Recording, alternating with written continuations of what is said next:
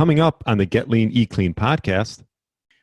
I trusted my doctor. I never, ever thought that a doctor could be wrong, ever. And so when they said, you are just born with the wiring that you are mildly always depressed, I believe that. And Right. knowing that that was so wrong and I never struggle with depression now, it angers me because that person defined who I was. And I just realized it was slightly like I just needed to heal my gut, get off laxatives, right? Heal my relationship with food and eat nutrient dense foods. And yes, you can probably eat a little bit of vegetables if you're tolerant to it. But it's at the core, we need to eat nutrient dense foods because our soils are getting depleted and animal foods have the most nutrient density, even if animal foods are also getting depleted. Hello, and welcome to the Get Lean, Eat Clean podcast. I'm Brian Grin, and I'm here to give you actionable tips to get your body back to what it once was 5, 10, even 15 years ago. Each week, I'll give you an in-depth interview with a health expert from around the world to cut through the fluff and get you long-term sustainable results. This week, I interviewed Carnivore Cure author, speaker, and nutritional therapist, Judy Cho. Judy has a functional nutrition and holistic health practice and works with clients by focusing on the root cause of an array of health challenges. We discussed Judy's health journey and how she dealt with depression, her carnivore eating routine, the importance of minerals and gut health, along with the importance of mindset when it comes to achieving goals, keys to a successful fast, cholesterol's role in the body, and her one tip to get your body back to what it once was.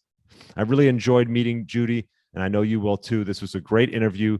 Thanks so much for listening, and enjoy the interview.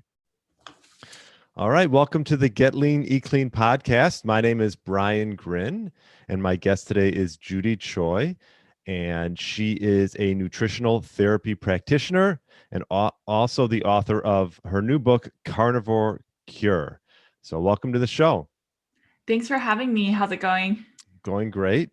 Now you're located where? In Austin, is that right? Yes, Austin, Texas. Awesome. Well, I'm excited to have you on. I'm in cold Chicago, so I'm jealous. Yeah. We had a crazy winter for sure with all the power outages. And then it's like one day it'll be kind of close to summer weather, so almost 70, high 70s, but then like today it's in the 60s. So it And you varies. had some snow, right? Like Yeah. you shut down the city or something. Yeah. And it wasn't even that much compared to most cities, but we don't have any, our city doesn't have any, Right. Like any of the infrastructure, equipment, to take care of the snow. And I'm sure the rest of the city was laughing in a sense. I mean, other than the more serious issues of no water and stuff, but yeah. Yeah. All right. Well, before we get into it, why don't you just tell the audience, give them your background, and then we'll go from there. Sure. Well, first, thanks for having me again. So my name is Judy Cho. I'm known as Nutrition with Judy. I don't even know where to start really, but I'm a nutritional therapy practitioner. I've been practicing for, I guess, like 2.5 years now.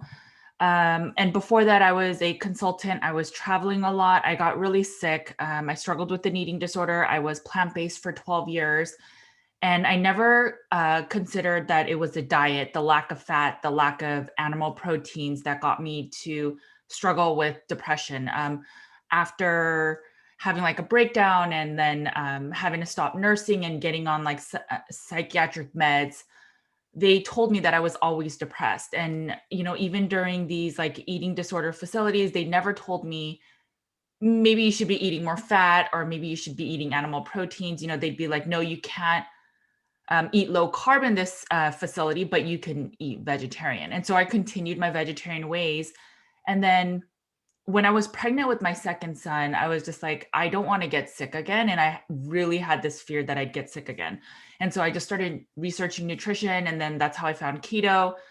Then I found carnivore. And through being keto for at least a year, I realized, wow, everyone really likes meat in this community, or most people do at least.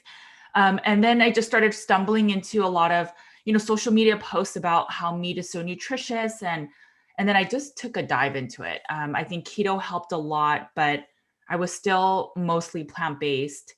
And I would have my bouts of I'm clean. And then I'd kind of stumble again. And then I'd eat all the, the foods that were like not eating keto.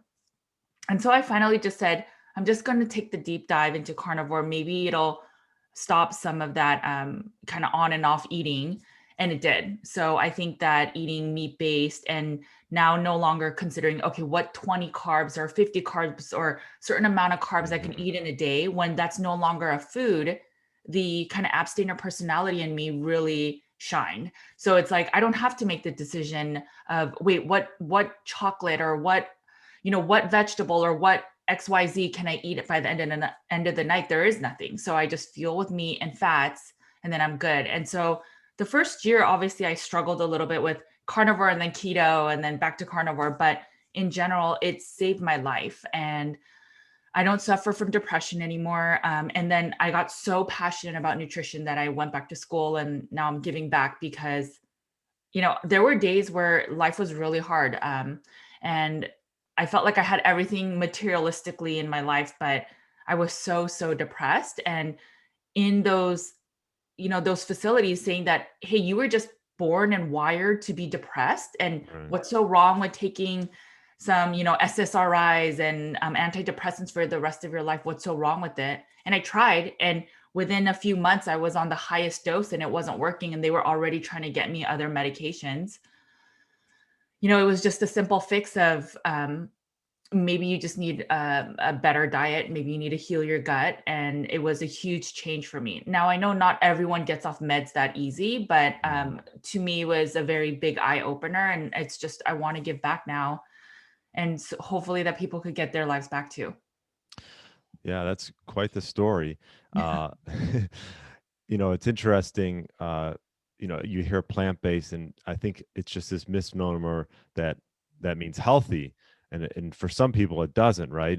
And for you have like the ultimate elimination diet, right, with the carnivore, eating carnivore, and I sort of not the same exact story as you, but I used to be like a pescatarian, Mm, and yeah, I got into a little bit into the carnivore community and started learning more about it and realizing that there's so many benefits to meat, and I didn't was not getting enough protein on what I was right. doing before, and if I was getting protein, the bioavailability of it wasn't what what meat is. So I sort of a similar story, and then I'm not pure meat, but I would say I'm carnivore-ish. Mhm. We can talk about different plants and plant toxicity spectrum per se.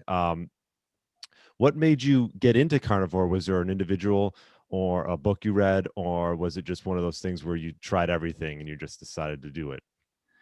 I was keto for a year, like I said, and I noticed like every few months I'd end up falling. And the thing is, I was doing all the fat bombs, the keto bombs, freezing all these little, fat bomb treats, and then the desire for sugar just kind of never went away. So I was Hmm. drinking a lot of diet sodas, a lot of sweetened, all the keto treats, and I'd always noticed that I'd always be going back to the pantry at night and then for many months, it'd be good. And then it's like something would happen, or I'd have a really stressful day, or I didn't have enough sleep or something. And then I'd fall back. And so I think I was just scrolling, or I don't know if it was scrolling, or maybe someone had mentioned, oh, you should try a carnivore diet. Like people are getting a lot of healing. I think it was from a friend actually, Hmm. but through social media. And so then I decided, I knew there was going to be a really stressful 2 week period in my life, and I could not risk falling off the wagon type of thing. And so I decided to just try it. And it was just going to be just to get me through the 2 weeks type of thing. And then I never Yeah, left. So um yeah, yeah, wow, I mean, and then on social media, people share great information about how meat is nutrient dense and all that. And I just no longer vilified meat. right. And I realized how much nutrition there was. And then just doing it myself. And then I'm such a data driven, evidence based, like I need to know the whys. And so I just started I started reading nonstop, listening to things nonstop. And, that's how I got to know more about carnivore. Well, and your story is great in the sense that you searched for a while and you found that maybe you should change your diet. I think a lot of times Western medicine they don't look at that first, Right. where you didn't either, and then you realized that no one was giving you any answers and you had to do it yourself.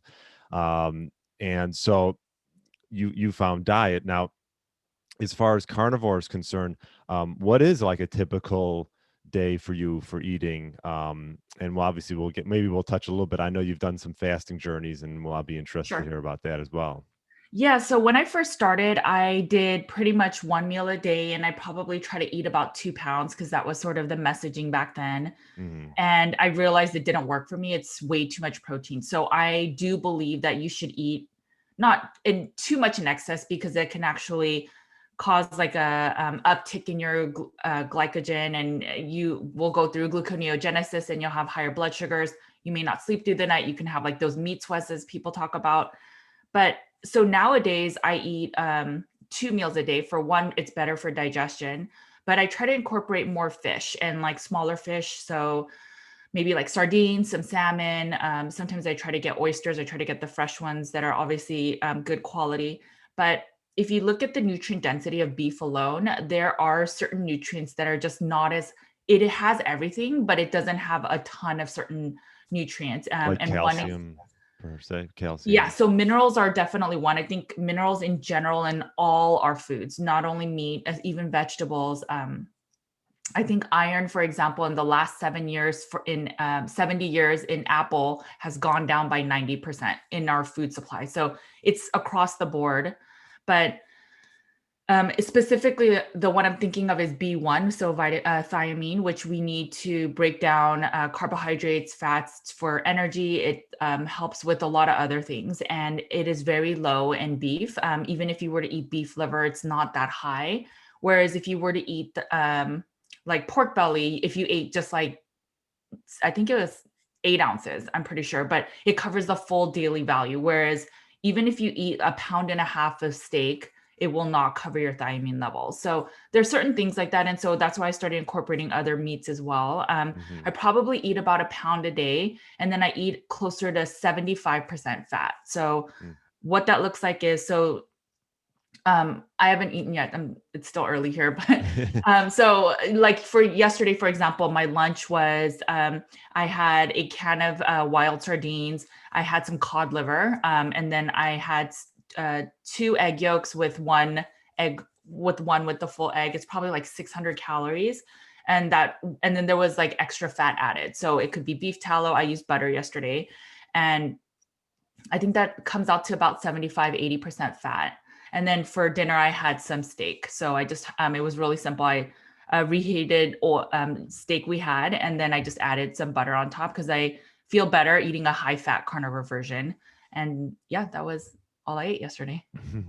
Yeah, so and all the healthy fats and the proteins probably make fasting a lot easier for you, Yeah, right? absolutely.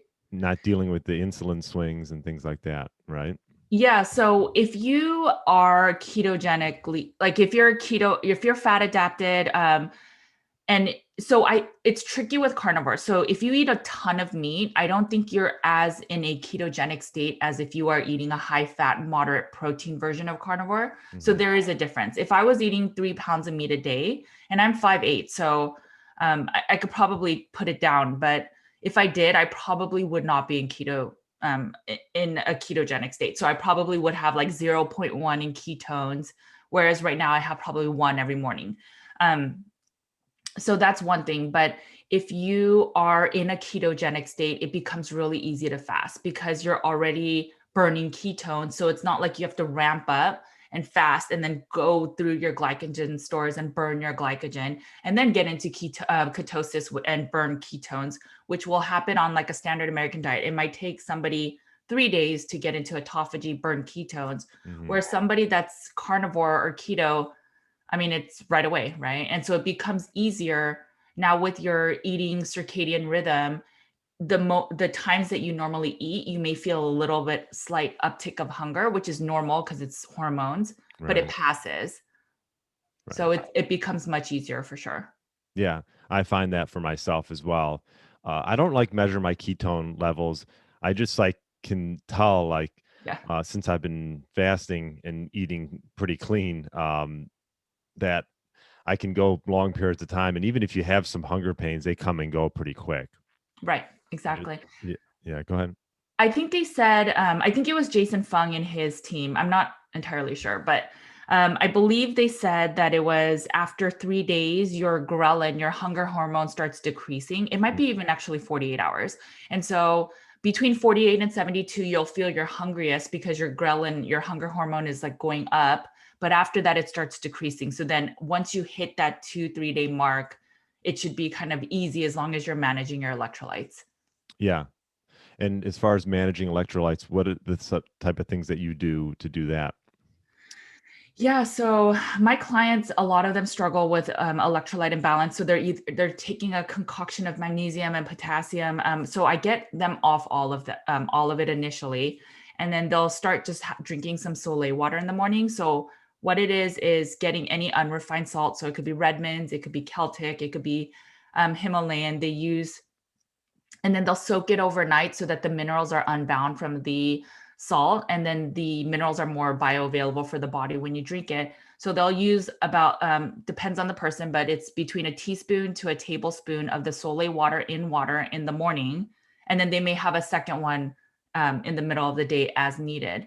And so that takes care of a lot of the electrolytes for my clients. Some of them will use a magnesium spray at night because magnesium helps to calm the body. It's kind of slows it down.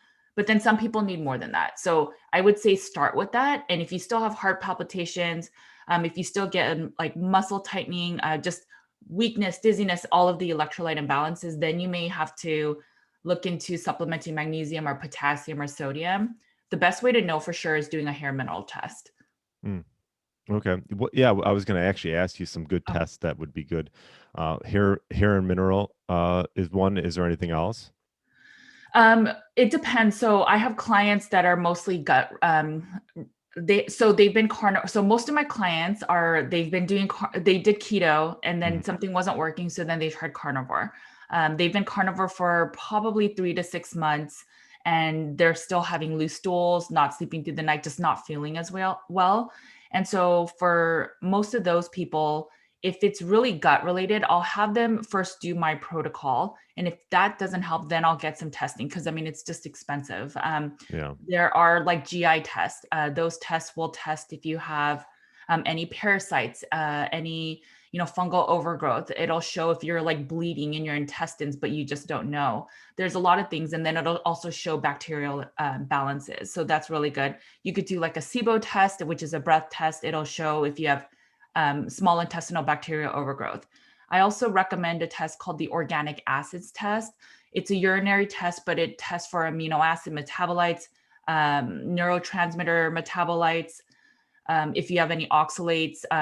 So there's all these metabolites. It also shows your nutrient levels. So that is one test that a lot of my clients, even though they're carnivore, they are deficient in B1, B2, and B6, and some of them B12. And you would think eating Oh, so much meat, we are absorbing all our B vitamins. We need them for energy. So if a carnivore is not if they don't have a lot of energy, they may want to check their nutrient status because they might not be absorbing it. right, right. Just because you eat it doesn't mean you Right. it No, and I absorbs it. see it's very common actually. Yeah. Yeah. And what was the Um, name of that test again? Organic acids test. There's several companies that offers it, but you normally have to go through a practitioner. Okay. Yeah, that's good to know.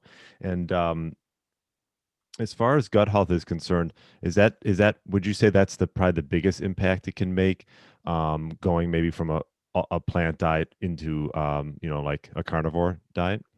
Yeah, so I think it's twofold. So one, it's that if you don't eat like these irritating foods that basically destroy your lining, Hmm. that damage the gut lining, that just cause a lot of bloat and gas in your intestinal tract. Once you kind of remove all of that, and then you're also eating meats that are more nutrient dense, it just those two factors really will give you better health.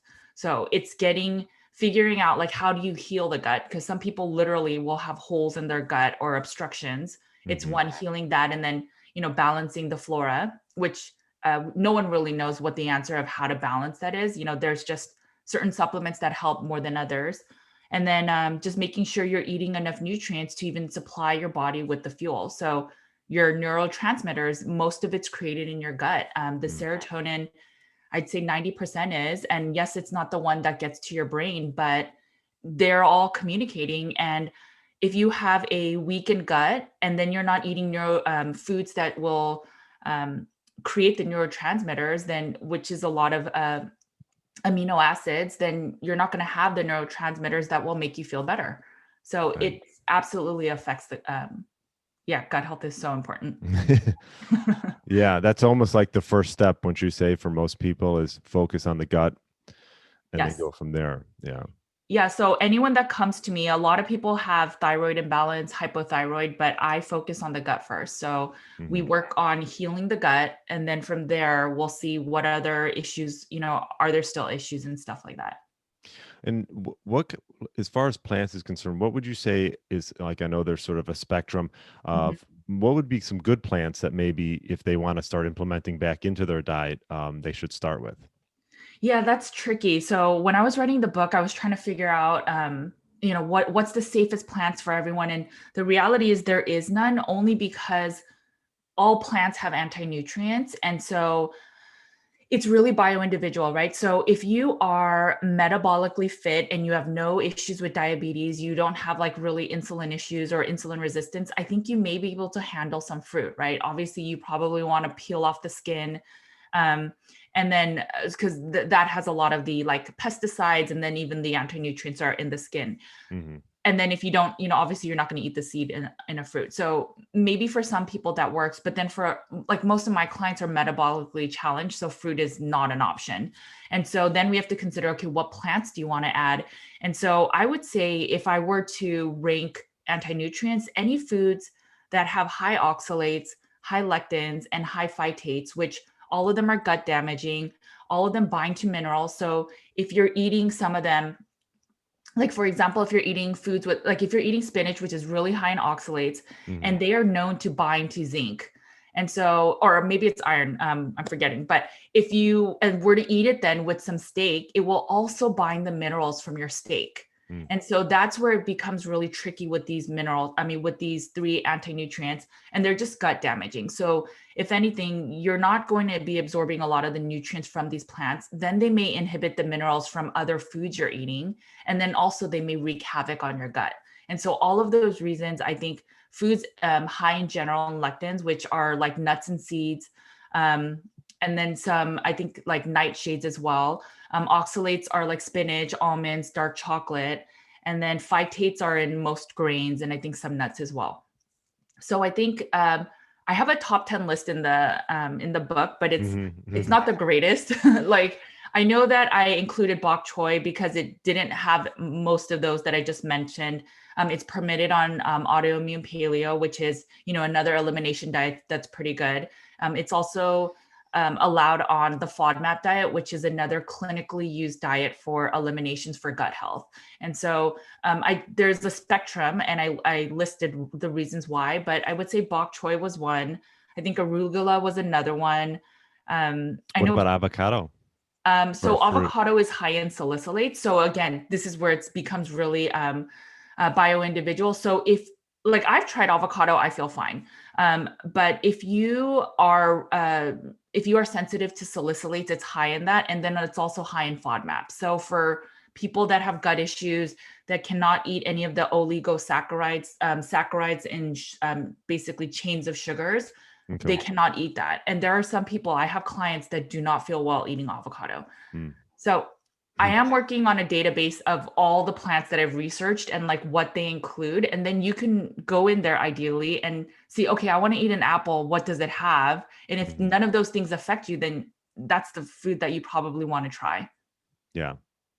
Yeah, I think most importantly, like listen to how your body feels and Yes. um but on the other hand too, some people are, like probably what happened to yourself is you go down this road of eating maybe plants and then realize, for so long and you're feeling like not good for so long, you don't realize that, you know, what's causing the issue is all the things that you've been eating for so, for many years. Um and sometimes like you said, like an elimination diet is the best way to sort of, and then you can sort of put things back maybe into your diet, Yes. I would guess, is which maybe you do with some of your clients, and after they're feeling better, just to see how it affects them. Because like for me, I can tolerate most foods, and but now if so, I could tell right away if something's not Yeah. right. I just won't go down that road anymore. Yeah, I mean, I always advocate. I'm not an advocate for you should only eat meat because that's the only answer. I actually think that if you are healthy enough, you should be able to try foods that you've never been able to tolerate. And if your body is more resilient and you're able to kind of, slowly introduce it in micro doses, you can't just all of a sudden eat a bowl of broccoli and then be like, oh, I'm so healthy now. I don't have any symptoms. You will feel it if you haven't been eating fiber, but let's say you start with just like one broccoli floret at lunch and then you increase to two at dinner and then you work your way to increase enough. But if you don't really have other symptoms, then, maybe a little bit of gas, which is normal when you're eating fiber. Hmm. That's the goal, right? It's resiliency. It's the ability to say, hey, I can eat all of that, but I'm choosing not to, right? On most days. Now, if I go to, like in my book, I specifically say, I would hope that you can go to France and you decide that, hey, if I want to eat the baguette, I'm going to eat Right. it, right? And let's say you're not gluten, let's say you have celiacs, but in general, like, hey, I don't have an eating disorder, so I can eat that. And then two, I know it's not the most ideal food, but hey, that's what France is famous for. And so I want to try it and then I move on, right? That's Right. what I think is resilient eating. And, I would say most of the days I eat carnivore, but now I'm not as rigid about, oh, there's seasoning and there's plants and that's this and that, and I can't eat it because I don't think that's resiliency. It's figuring out what makes sense for you and then eating the foods that make you feel the best most days, but also having the flexibility that, hey, if I go to London and I want to eat fish and Hmm. chips and at least try it, then I at least physically my body can tolerate it a little bit. Does that make sense? Yeah. No, I completely agree. What type of other things do you do for resiliency? Um, a lot. So I think mindset is really huge. So I actually studied psychology. That's my real degree. And Oh, so okay. I have been a huge fan of mindset. Social psychology was my favorite subject in school. And so it's about understanding how we kind of function together, how we work as a community, how, if I say something, how it affects you, and then how it can affect your day, and then how it affects everybody you interact with. And, it's kind of like that butterfly effect. Hmm. But your mindset is so important into even healing, into just how you kind of handle life and how life kind of throws things back at you.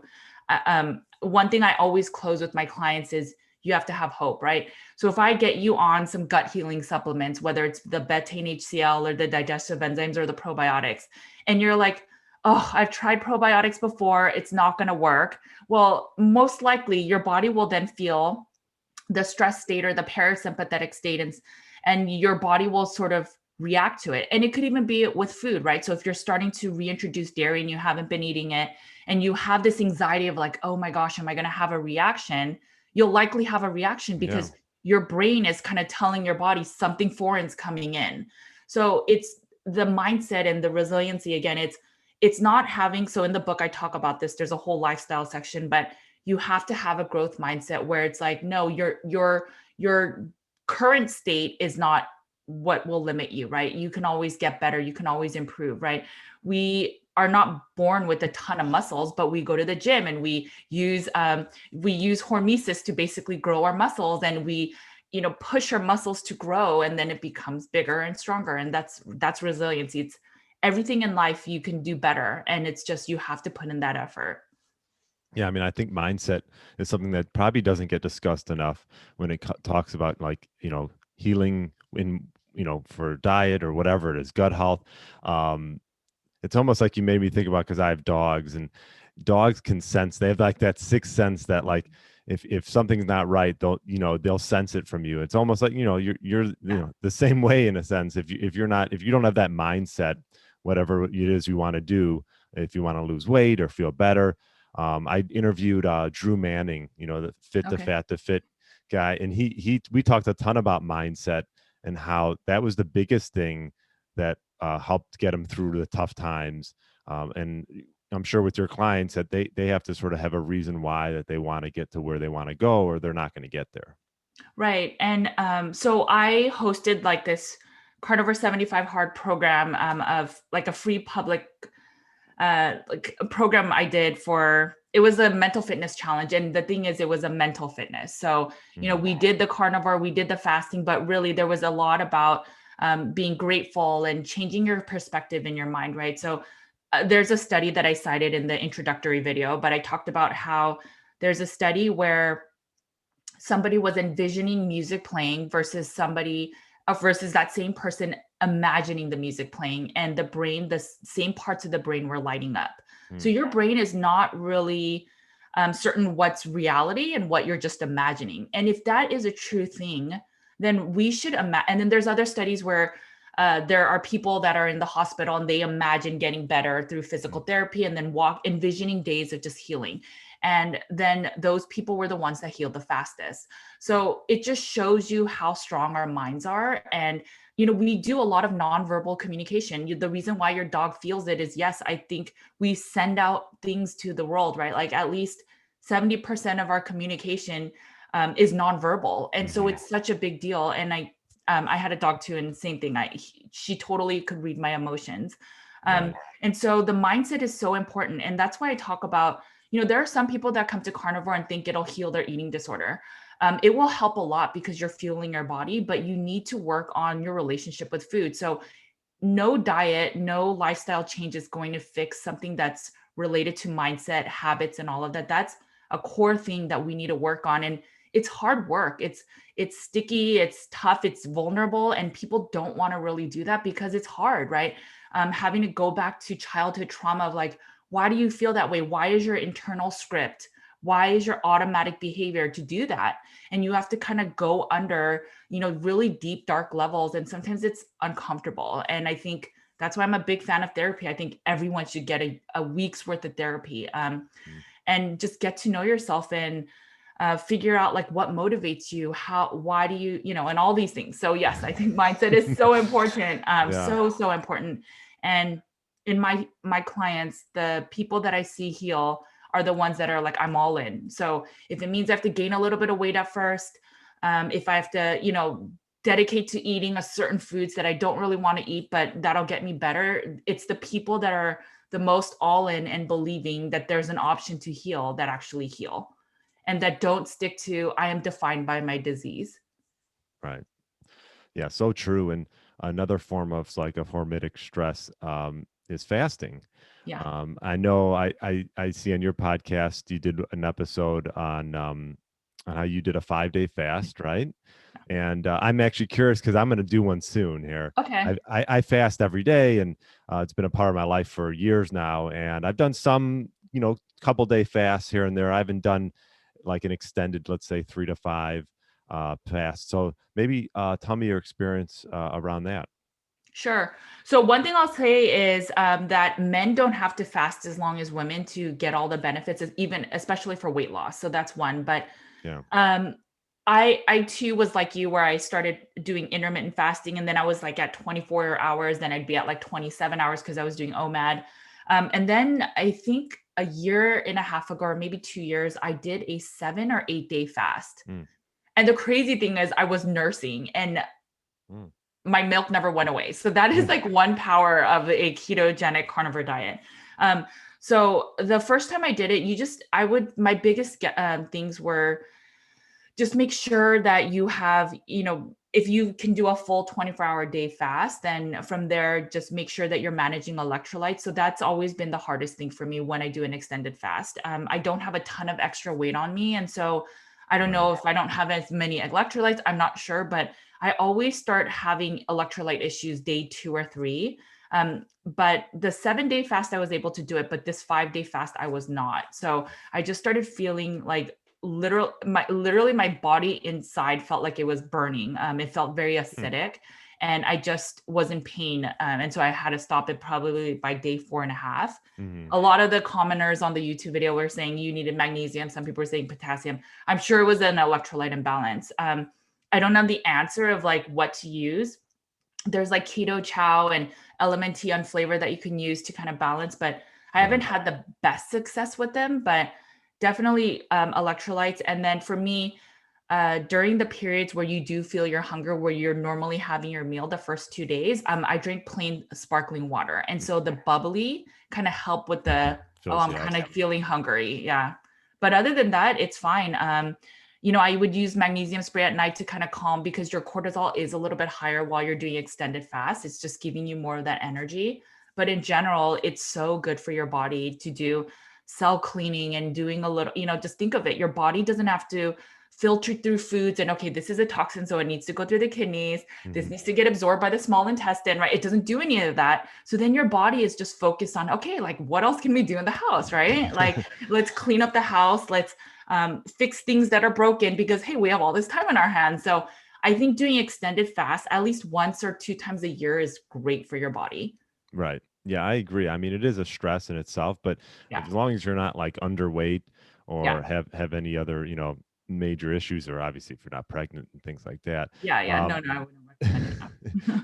yeah, no, it is something you want to ease yourself into. And like you Yeah. said, if you've been doing fasting for a while, and you want to push it a little bit, I think there's nothing wrong with that. At all. We talk about resiliency and just being able to realize that having a different relationship with food, I think, is the biggest thing that probably fasting has done for me, because you don't have to rely on it as much. Your life doesn't center around, oh, when am I going to eat and what am I going to eat. Um, Talk about maybe some of the misconceptions that people have around maybe carnivore and eating meat. I know you talk about a little bit. You do nose to tail. Is that right? Yeah, I do. I don't eat like kidneys and stuff, but yes, I do nose to tail. And I think it's because also I was sort of brought up with it. Our family had bone broth all the time. And so the bone broth I always share on social media and stuff is I grew up, my mom makes it that way. And that's how I learned it. We also ate like tripe and we had like different cuts, like lots of the tendons and all of that. So that was very normal for me. But liver we didn't really eat, but we had like the nose to tail type for the fish. So Mm. my dad would eat the eye and I used to get so grossed out, but now I understand it, right? uh, Yeah. yeah, but I actively try to eat more liver because it is just, if you for ounce to ounce, it's just very nutrient dense. I do try to eat a variety though, because for example, some people are copper toxic and some people don't have enough copper. And so again, it's bio individual. If you're a copper toxic or if you're a copper deficient, beef liver is a great option because it's really high in copper. Mm. But if you are copper, if you kind of have too much copper, and again, this is a hair mineral test. Sometimes blood work shows, but hair mineral is probably better in that. But chicken liver might be better because chicken liver is not as high in copper. Cod liver is a great option too if you can't stomach beef liver. But yeah, I'm a fan of doing nose to tail because it just gives your body variety, right? So if you, I'm a fan of doing like 2 to 3 meals a day so that you don't put such a big stressor on your body to one, break down the foods, and then two, try to absorb all of it. You're giving different chances of the body being able to do that. And Yeah. all of us have impaired digestion. And then secondly, if you eat an array of foods, you just have different types of nutrients and nutrient levels. And it's just you're just hedging your bets in terms of nutrition. If you eat the same thing over and over, which I know people do, they just eat steak, but you're going to risk other nutrient deficiencies. It may not ever show up, but why risk that, right? Just have like a few pieces of sardines or have some egg yolks, have some grass-fed butter, eat some tallow, right? There's a variety you can eat and you will just probably feel better. Yeah. And what would you say? I know there's some people out there that are like, oh, I don't want to, it's just the whole, they don't want to eat a lot of meat because they think they're going to have like high cholesterol, or they're worried about, LDL. And I know it's a lot different than that. Yeah, so it's a true statement. When you are eating carnivore, your cholesterol will go up. I think even on a keto diet, it does. If I'm not, I'm pretty sure it does. And so there are certain fats and saturated fats in like butter and steak and other meats that will increase your LDL, but it's in context, right? So for example, framing, there has been studies in Massachusetts now probably running 6 decades or 6 generations, and they're called the Framingham studies. All they do is basically study everything about cholesterol. And Mm. what they found is that if your LDL goes up, there is a higher chance of cardio risk, but it depends on your HDL level. So if your LDL is going up, but your HDL is going up with it, and your triglycerides are under 100, your risk of cardiovascular disease is not that much. So it's in context, right? So if I went to a standard care doctor and he saw my LDLs, which are in the 200s, he would be like, you need to get on statins, right? But my triglycerides are in the 80s or maybe lower than that. And then my HDL is probably, I don't remember, I think it was like 65. So it's pretty good. And then I also check my CRP inflammation, which is an inflammatory marker. There's other markers you could check. Okay, is it really cardiovascular risk, or is it just that you're eating more saturated fats and the context is different? Right. So, an LDL is protective, Yeah. Yes. And yeah, all the cholesterol is good for us. We need cholesterol. This is one thing I say about like statins, which are, cholesterol removing medications, and our brain is 60% cholesterol. And so when we are taking these medications that then remove cholesterol, how do we know it's not removing it from the brain, which needs it? And so there are even correlation studies where a lot of men that take statins, they're more angry, they have mood issues, they become more violent. And you have to wonder, is it because it's also removing some of the cholesterol in the brain, right? We need cholesterol. I mean, every single cell in our body, the outer layer is made of fat. And so we need fats. And when we are taking medications that are reducing fat, it's a band-aid to what is not the root cause issue, right? And then you're going to cause mental health issues with that. And it's just not a great idea. I kind of lost my train of thought, but yes, it's, cholesterol is so important. Oh, we need fats and cholesterol because the reason why in heart disease, you see a lot of cholesterol is because our body uses cholesterol to help with inflammation. And it does that because there's a problem in that specific area. So let's say let's say you fall, you twist your ankle, it'll swell because it's inflaming, and your body's telling you, hey, we're going to go to work there. We're going to send a lot of cholesterol for healing, but you need to get off your foot, right? And that's what essentially is happening to the heart and the vessels. It's trying to make sure the vessels don't break down, so they bring cholesterol there and to keep it hardened. But then the more you don't kind of fix your diet, it'll overly, get too much cholesterol there. And then it's just a byproduct. It's not the reason why you had the heart disease. Right. And what would you say? I know obviously with your book that came out, what's your biggest message that you send in the Carnivore Cure? That that our food supply is not what we think it is. So, the route I went with the book is not eat meat and here's all the reasons. I kind of did it the other way around. So I said, let's talk about our food supply. Here are some additives that the FDA is already going to remove. And here's then products or additives and fillers that other countries don't have, but the US uses. And now let's talk about other like red dyes, right? So food coloring, it's so toxic for our bodies. And there are so many studies, and then how much we're eating of it. So it's kind of like this elimination process of, okay, we know for sure we shouldn't be eating these FDA, like soon to be banned additives. And so that rules out a lot of the processed foods. Here's all the reasons why you should probably not eat food dyes. And then there's that. And so when you go through the list, and I even talk about organic plants, how they use double or triple the amount of pesticides or herbicides because it's organic, but it doesn't work as well as like glyphosate and the GMO ones, right? It's not saying go eat the GMO plants, but it's just revealing that, hey, maybe just because it's organic doesn't mean it's always healthy, right? And I talk about the labeling and how you could technically get a steak from like a farm that just feeds corn, the corn byproduct, because some of the corn is considered a grass, and they can say it's grass finished, or grass fed, grass finished, even though it only grew up eating like corn stalks. There's all these like little things, like the USDA doesn't even mandate the organic rules. Now it's done by a private company. It's just bringing awareness, and then also talking about the mistruths of a lot of meat and saturated fats.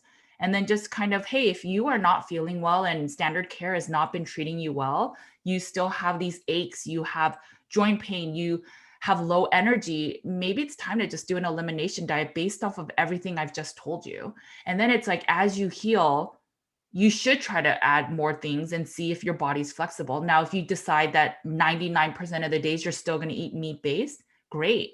But at least give your body that option, right? And it's just re-educating, understanding that plants aren't the most ideal foods. Yeah. Yeah. I mean, it sounds like you've done a lot of the investigating for the consumer because you can't really rely on marketers of all these food companies out there, right? They're just trying to make margin and sell product. And even though a product says one thing, that doesn't necessarily mean it's healthy. And so it sounds like you sort of do a lot of the investigating for the consumer to, to nourish their body in the correct way. Yeah, I mean, I got sick eating the wrong foods and I was plant-based. So I had occasional fish, but for the most part, I was vegetarian. Right. And then I have young kids now, right? And so I don't want them to go through what I do. I know that there's a chance if I struggle with mental health that they can struggle with it too. And so I didn't know what to feed my kids, right? And so that's what started my journey with, okay, what's the right things to feed them, right?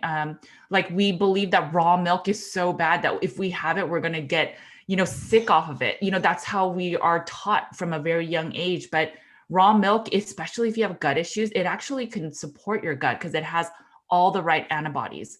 I mean, imagine a mom breastfeeding their child and instead it's like, wait, hold on, I need to pasteurize my milk and I need to homogenize my milk and then I need to filter it through all of these heating process and then you could drink it. Your baby would die. So why do we do that with raw milk if these cows are healthy, right? And like we're filtering out all these things that are actually nature's way, and then we're having this franken food that we actually add back nutrients and vitamins. And I mean, if you make fat-free milk, how does a fat soluble vitamin like vitamin D even survive, right? It's just, Yeah. yeah. It's backwards. It's Yes. like I tell people that my wife made liver and heart, and they look at you like they're crazy. But if they knew what went into their foods, Right, exactly, right? right? And that's the crazy thing. So when I was eating junk food, no one said anything, whether if I was Yeah. going up and down in weight and clearly disordered eating. But as soon as I eat only meat, it's like you're gonna die, right? It's just the most wild, like Right. you're gonna die without vegetables. And it's, if you think about hundreds and thousands of years ago, they didn't have the ability to eat as many plants as we did, right? My Right. mom, I don't think she ever had a banana when she was young because in Korea, they didn't have bananas, right? So it's so backwards and it's just so ingrained in us. And this is where I think even like at the, fundamentally it's education, right? So we are taught in America that we raise our hands before we talk, we raise our hands before we think, we don't talk until we're spoken to, right?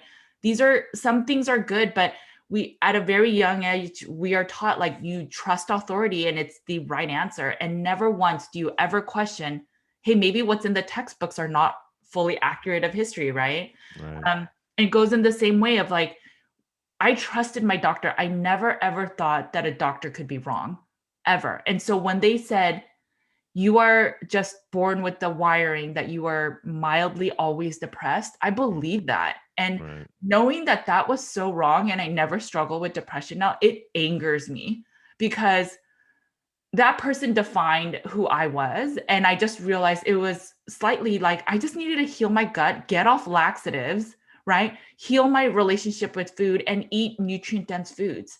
And yes, you can probably eat a little bit of vegetables if you're tolerant to it. But it's at the core, we need to eat nutrient dense foods because our soils are getting depleted and animal foods have the most nutrient density, even if animal foods are also getting depleted. Yeah.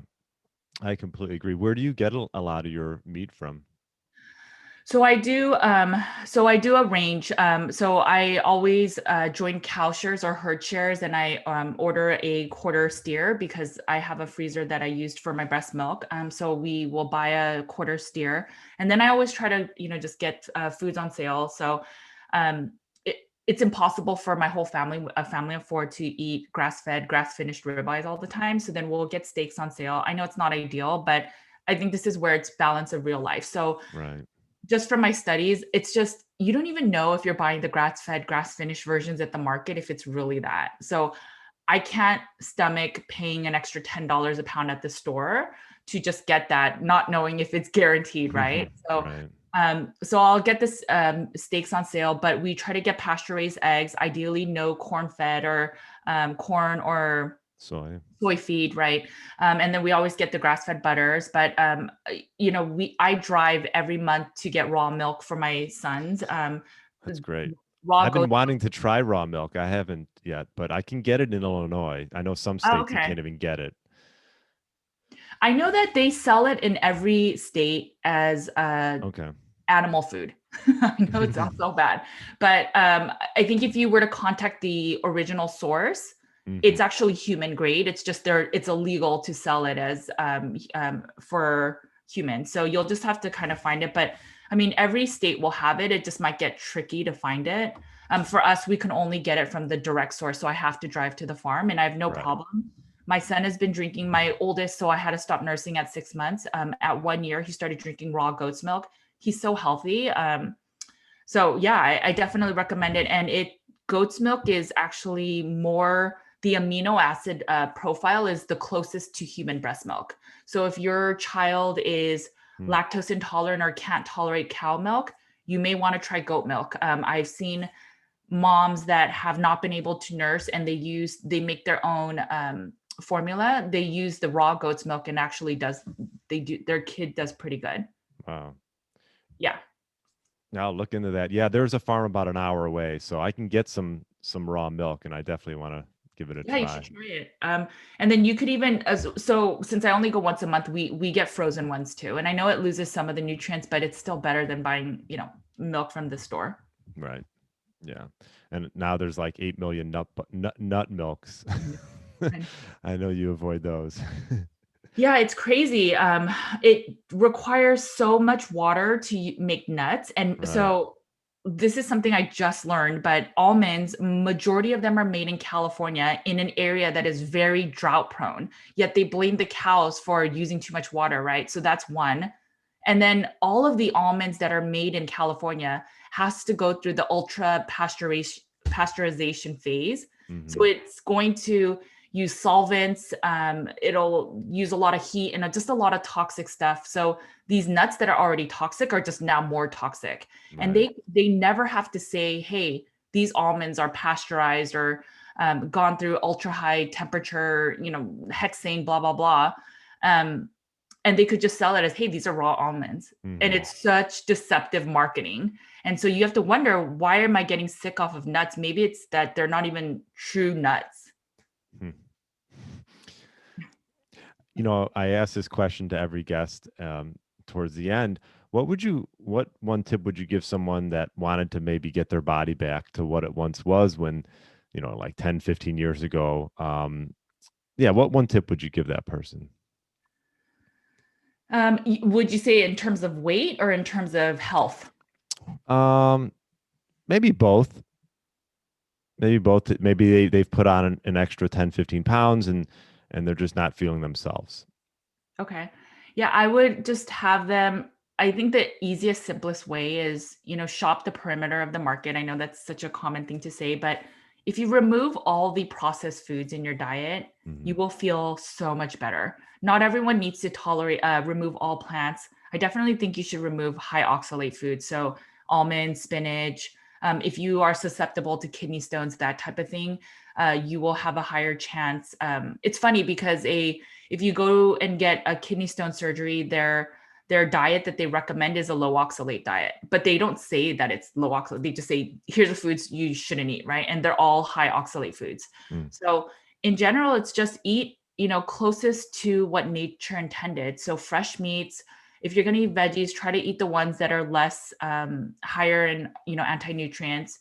And then I wouldn't eat a lot of grains, legumes, and seeds. I don't think they're that good for your gut. And I think especially if you're gut impaired, I would not eat too many of those and just stick to meats and vegetables. And if you could tolerate fruits, then fruits are ideal too. Yeah. Excellent. Well, Judy, this was good. Went by fast. Where Thank you. where can people find you? Yeah, so my book is called Carnivore Cure, and so you can find it at carnivorecure.com. It's selling on Amazon. The ebook is, I guess, on most platforms. The Mhm. audiobook is coming out, I would say, in the next couple months, so look out for that. And then I am found at nutritionwithjudy.com. You can also find me at Twitter, Instagram, YouTube on at Nutrition with Judy. Excellent. All right, Judy. Well, I appreciate you coming on, and thanks so much for all the information. Yeah, no, thank you for having me again. Mhm. Hey, Get Lean, Eat Clean Nation. Are you a man between the ages of 40 and 60 years old looking to lose inches around your waist, have significantly more energy throughout the day, and gain muscle, all while minimizing the risk of injuries? Well, I'm looking for 3 to 5 people to work one on one with in my Fat Burner Blueprint signature program, which I've developed by utilizing my 15 years experience in the health and fitness space. This program is designed specifically for those committed to making serious progress towards our health goals over the next 6 months. We will focus on sleep, stress, nutrition, meal timing, and building lean muscle. If this sounds like a fit for you, email me at brian@briangrin.com with the subject line Blueprint. That's brian@briangrin.com with the subject line Blueprint. Thanks for listening to the Get Lean, Eat Clean podcast. I understand there are millions of other podcasts out there, and you've chosen to listen to mine, and I appreciate that. Check out the show notes at briangrin.com for everything that was mentioned in this episode. Feel free to subscribe to the podcast and share it with a friend or family member that's looking to get their body back to what it once was. Thanks again, and have a great day.